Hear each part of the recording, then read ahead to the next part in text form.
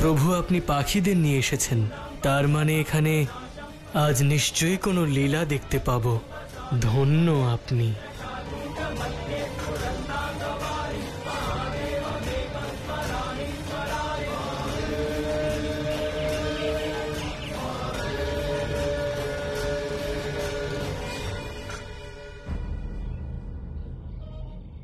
এ কি শিব?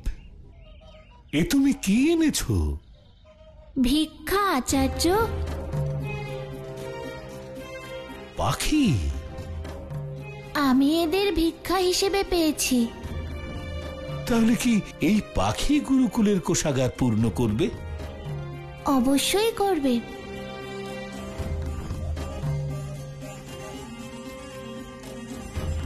যদি এরা সমাজের কল্যাণ করতে পারে, গুরুকুলের কল্যাণ কেন করতে পারবে না?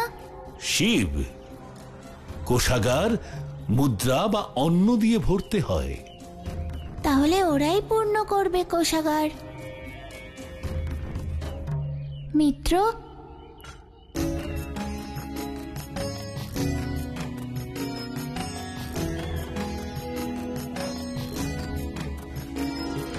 कण कण चुन चुन निर्वाह जो करे वो राजहंस है मोतियों। মিত্র আমার, তোমার কাছে তো অনেক মুক্ত আছে। তুমি কি আমাদের সহায়তা করবে? कण कण चुन चुन निर्वाह जो करे वो राजहंस है मोतियों भरे। दृष्टि है सब पे त्रिकाल प्रभु की, बन जाते हैं शिवनाथ पशुपति, बन जाते हैं शिवनाथ पशुपति। सब इच्छा है महादेव की, महिमा है महादेव की, इच्छा है महादेव। আপনি ধন্য প্রভু, আপনাকে অসংখ্য প্রণাম। আর চাই না মিত্র আমার, এবার থামুন।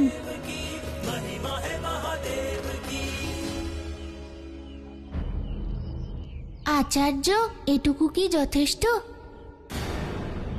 শিব, এত মুক্ত তো সারা বছরের জন্য যথেষ্ট। ঠিক আছে আচার্য, তাহলে আমি ওদের ফিরে যেতে বলছি। শোনো মিত্ররা, এবার তোমরা যে যার নিজের স্থানে ফিরে যেতে পারো। তোমাদের অনেক অনেক ধন্যবাদ।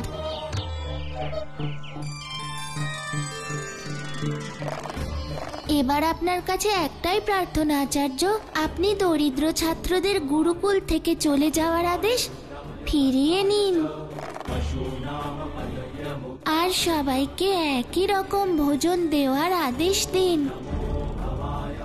আর আপনি গুরুকুল থেকে ভেদাভেদ দূর করে দিন আচার্য।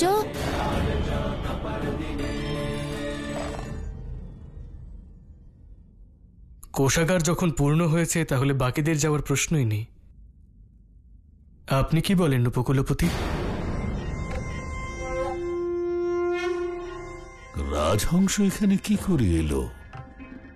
তাহলে কি শিবের শক্তি এখনো জাগ্রত আছে? যদি এর শক্তি জাগ্রত থাকে, তাহলে আমাকে আরো সতর্ক থাকতে হবে। কিন্তু যদি এর স্মৃতি এখনো জাগ্রত থাকে, তাতেই বা কি লাভ? এতক্ষণে তো অসুররাজ অন্ধক পার্বতীকে বন্দী করে নিয়েছে। আর যদি পার্বতী না থাকে, তাহলে তো শিবেরও কোনো অস্তিত্ব থাকবে না। তখন অন্ধকের অন্ধকারের সাম্রাজ্য বিস্তার হবে।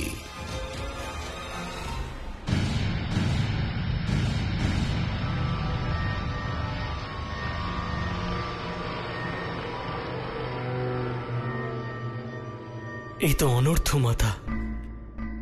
এই অন্যায়ের শাস্তি ওই পাপীকে পেতেই হবে। না নন্দী, আবেশ কোনো আক্রমণের প্রত্যুত্তর হতে পারে না, বিশেষ করে মহাদেবের অনুপস্থিতিতে। কিন্তু ওই অসুর কৈলাসের পবিত্রতাকে নষ্ট করছে মা। কৈলাস দেবাদিদেব মহাদেবের বসবাসের স্থান, একে না কেউ অপবিত্র করতে পারে? আর না কেউ নষ্ট করতে পারে। দুঃখ পেও না নন্দী, চাইলেও কেউ কৈলাসের ক্ষতি করতে পারবে না।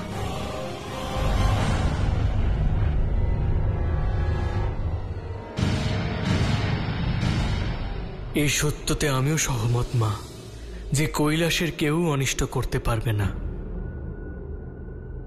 কিন্তু ওই অসুররা আমাদের নির্মল স্বচ্ছ কৈলাসকে অপবিত্র করছে মা। আমায় অনুমতি দিন মা, আমি যাই। আমি আমার প্রভুর এই কৈলাসের দুর্দশা হতে দেখতে পারবো না মা, দয়া করে আমায় অনুমতি দিন। আমি তোমার আবেগের কারণ বুঝতে পারছি নন্দী, তাই আমি তোমার ভাবনার উপর কোনো প্রতিবন্ধকতা আনছি না। আজ্ঞা করলাম। আপনার অসীম কৃপা মা।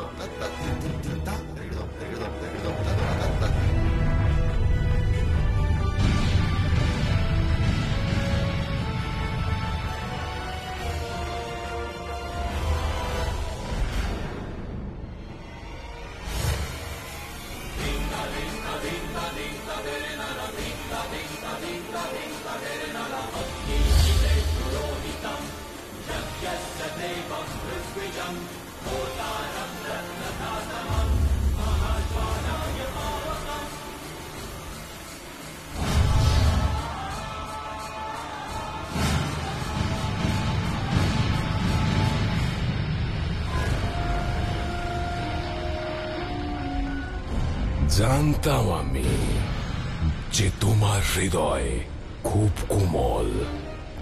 তোমার হৃদয় পশু পাখিদের কষ্ট সহ্য করতে পারবে না। এ তো আমার অপরিসীম ক্ষমতার মাত্র ছোট্ট নিদর্শন। যদি এর পরেও তুমি আমার কাছে এখানে না আসো, তাহলে আমি তোমায় বাধ্য করে দেব এখানে আমার কাছে আসার জন্য। আর তোমাকে আমার কাছে আসতেই হবে পার্বতী। মা, ওই অসুর এবার শান্ত হয়ে থাকবে না। নিশ্চয়ই ও কৈলাস আক্রমণ করবে। কৈলাস আক্রমণ করার আগে আপনি আমায় অনুমতি দিন মা, যাতে আমি গিয়ে ওকে বিনাশ করতে পারি। তার বিনাশই এর একমাত্র সমাধান মা। মা, নন্দী সঠিক কথা বলেছে। নন্দীকে আপনি আজ্ঞা দিন, ওনার সাথে আমরা সবাই গিয়ে ওকে শেষ করে দেব। কেউ যাবে না। কেন মা? কারণ যুদ্ধের সমাধান যুদ্ধ হয় না। যুদ্ধের সমাধান হলো হৃদয় পরিবর্তন, বিচারের শুদ্ধিকরণ। কিন্তু মা, পাপীদের না হৃদয় পরিবর্তন হয়, আর না তাদের ভাবনা শুদ্ধ হয়। অতীত এই সত্যের সাক্ষী মা। কিন্তু এটা কৈলাস নন্দী, তোমার প্রভুর কৈলাস। তাই এখানে ব্যবহার মহাদেবের অনুরূপই হবে। যুদ্ধ অন্তিম বিকল্প, তাই আগে আমি তার সাথে কথা বলবো। না মা, না, আপনি ওর সাথে কথা বলতে যাবেন না। যদি কথা বলতে যেতেই হয়, তাহলে আপনার পরিবর্তে আমি যাব। নন্দী, যদি তোমার সাথে কথা বলার পরেও না শোনে, তাহলে সেখানেই আমি ওকে বধ করব। না, মহাদেবের অনুপস্থিতিতে কৈলাস আর তোমাদের সকলের সুরক্ষার দায়িত্ব আমার। তাই অন্ধকের সাথে কথা বলতে কেবল আমি যাব। এটা আমার সিদ্ধান্ত।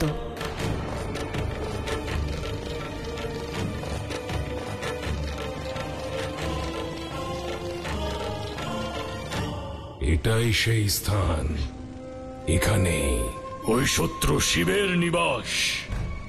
জানি আমি, আজ যদি ও এখানে থাকতো তাহলে ওর বিনাশ নিশ্চিত ছিল। না বৃষভাসুর, না, আমি ওই শিবের কথা বলছি না, আমি আমার কথা বলছি। আমি ঠিক বুঝলাম না। এই সেই স্থান যেখানে আমার জন্ম হয়েছিল। আপনার জন্ম এখানে? হ্যাঁ, আমার জন্ম এখানে। কিভাবে অসুররাজ? শিব পার্বতীর ক্রীড়ার সময় উৎপন্ন অন্ধকার থেকে, সেই অন্ধকার থেকে যা শিবের হৃদয়ে থাকে, সেই অন্ধকার যা সমগ্র সংসারের অভ্যন্তরে লুকিয়ে থাকে, সেই অনাদি অবিনশ্বর অসীম অন্ধকারের উপেক্ষিত সন্তান আমি।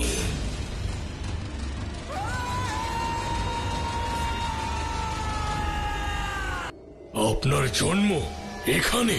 কিভাবে অসুররাজ? শিব পার্বতীর ক্রীড়ার সময় উৎপন্ন অন্ধকার থেকে, সেই অন্ধকার থেকে যা শিবের হৃদয়ে থাকে, সেই অন্ধকার যা সমগ্র সংসারের অভ্যন্তরে লুকিয়ে থাকে, সেই অনাদি অবিনশ্বর অসীম অন্ধকারের উপেক্ষিত সন্তান আমি।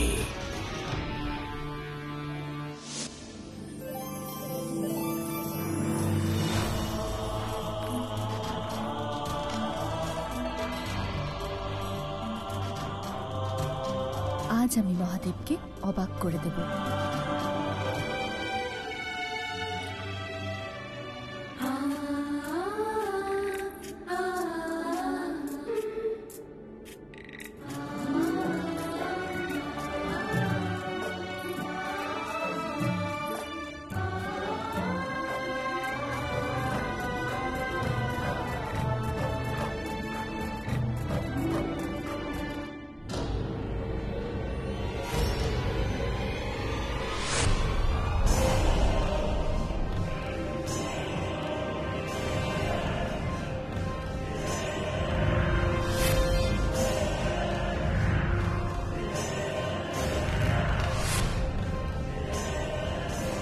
অসময়ে অন্ধকার, এ নিশ্চয়ই কোনো বিপদের সংকেত।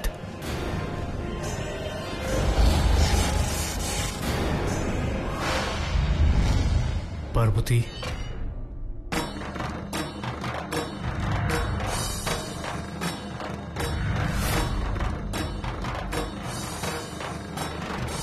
কি হলো মহাদেব? কি করে ফেলেছি আমি?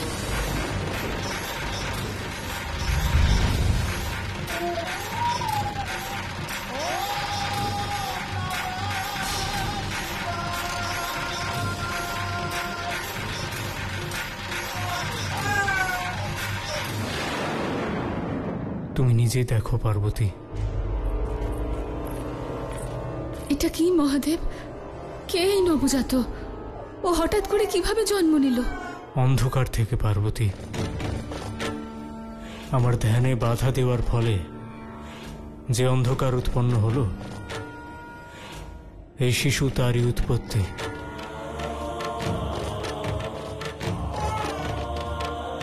ক্ষমা করুন মহাদেব। আমি যখন ধ্যানে সম্পূর্ণ মগ্ন ছিলাম, তখন তুমি বাধা সৃষ্টি করেছ, আর সেই কারণেই এই অন্ধকার উৎপন্ন হয়েছে। যখন আমি আমার নিরাকার অবস্থায় সম্পূর্ণ সৃষ্টির সাথে একত্রিত হওয়ার প্রক্রিয়ায় ছিলাম, তখন সেই প্রক্রিয়ায় কেউ বাধা সৃষ্টি করলে এক অন্তহীন অন্ধকার জন্ম নেয়। আপনি সঠিক বলছেন মহাদেব। আজ পুনরায় আর একবার আমার সীমা আপনাকে বিচলিত করে তুলেছে। আমার অপূর্ণতা। গিরিজা, যখন তুমি চোখ খোলো তখন সূর্যোদয় হয়। সেই প্রক্রিয়ায় তুমি অদ্বিতীয়। আর অন্যদিকে নিরাকার রূপে যখন আমি থাকি, তখন সেটাকে আমার ব্রহ্মরূপ বলে। আর তাতে কোনো রকম বাধা সৃষ্টি করা উচিত নয়। কিন্তু এই শিশুর কি হবে? অন্ধকার থেকে জন্ম নেওয়া এই শিশুর নাম হবে অন্ধক। আর ওর পিতা আমার অসুর ভক্ত হিরণ্যক্ষ হবে। আমার ভক্ত হিরণ্যক্ষ পুত্র লাভের জন্য কঠোর তপস্যা করছে। বর রূপে এই শিশু আমি ওকে দান করব।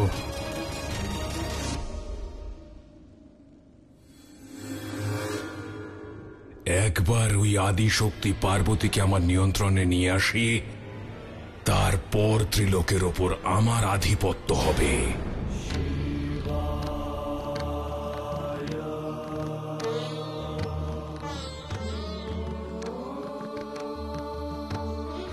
হে মহাদেব, হে শিব শম্ভু,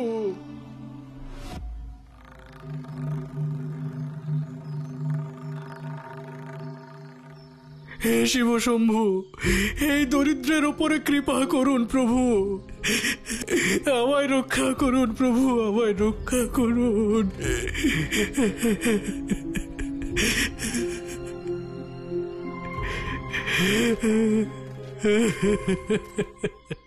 আপনি আমার মিত্র শিবকে কেন ডাকছেন? যাও, আমাকে আমার মতো থাকতে দাও। আমাকে কেউ সাহায্য করতে পারবে না। আমার শিবই আমার ইচ্ছা পূরণ করতে পারবেন। আমায় মিত্র শিবকে এই সংবাদ দিতে হবে। মিত্র শিব, তাড়াতাড়ি চলো। কোথায় মূঢ়? ওই কৃষক তার ক্ষেতের পাশে বসে আছে আর তোমার নাম ধরে ধরে ডাকছে। মনে হয় ও বিপদে আছে, চলো।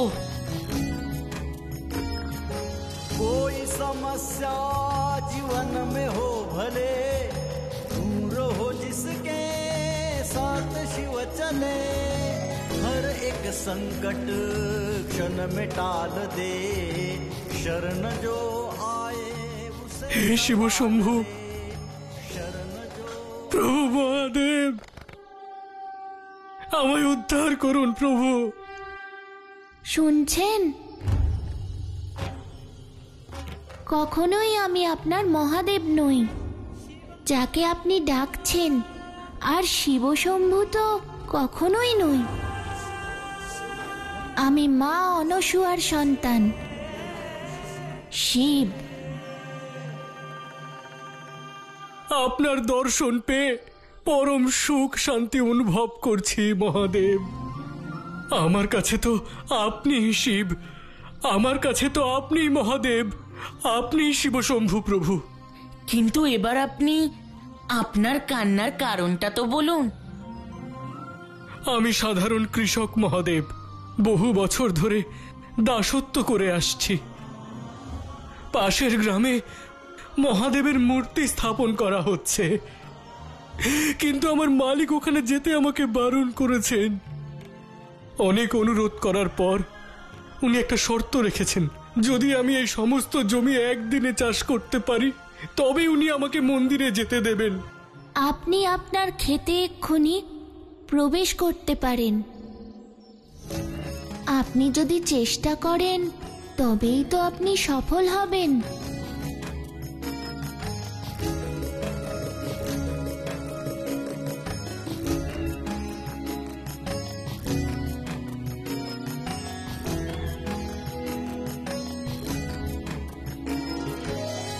सच्चे मन से जिसने शिव को पुकारा, बन जाते शंभू उसका सहारा।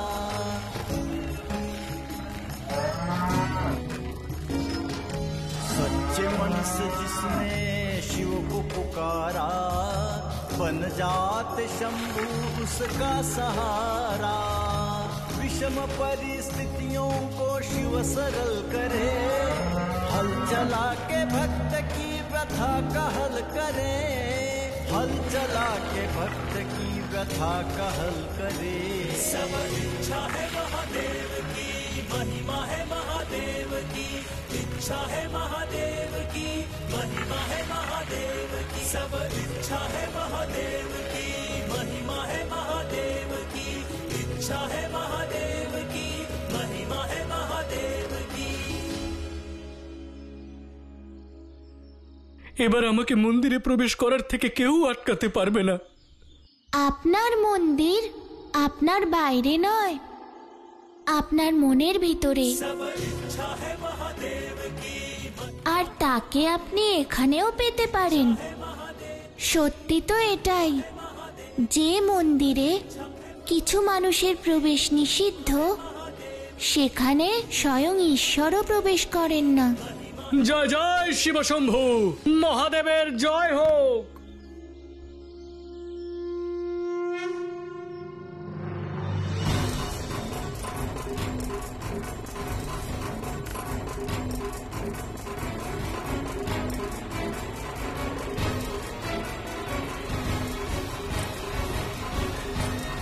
এই হলো সময়ের চক্র। এসো পার্বতী, এসো। অন্ধকের শরণে অনাথ পার্বতীকে স্বাগত জানাই।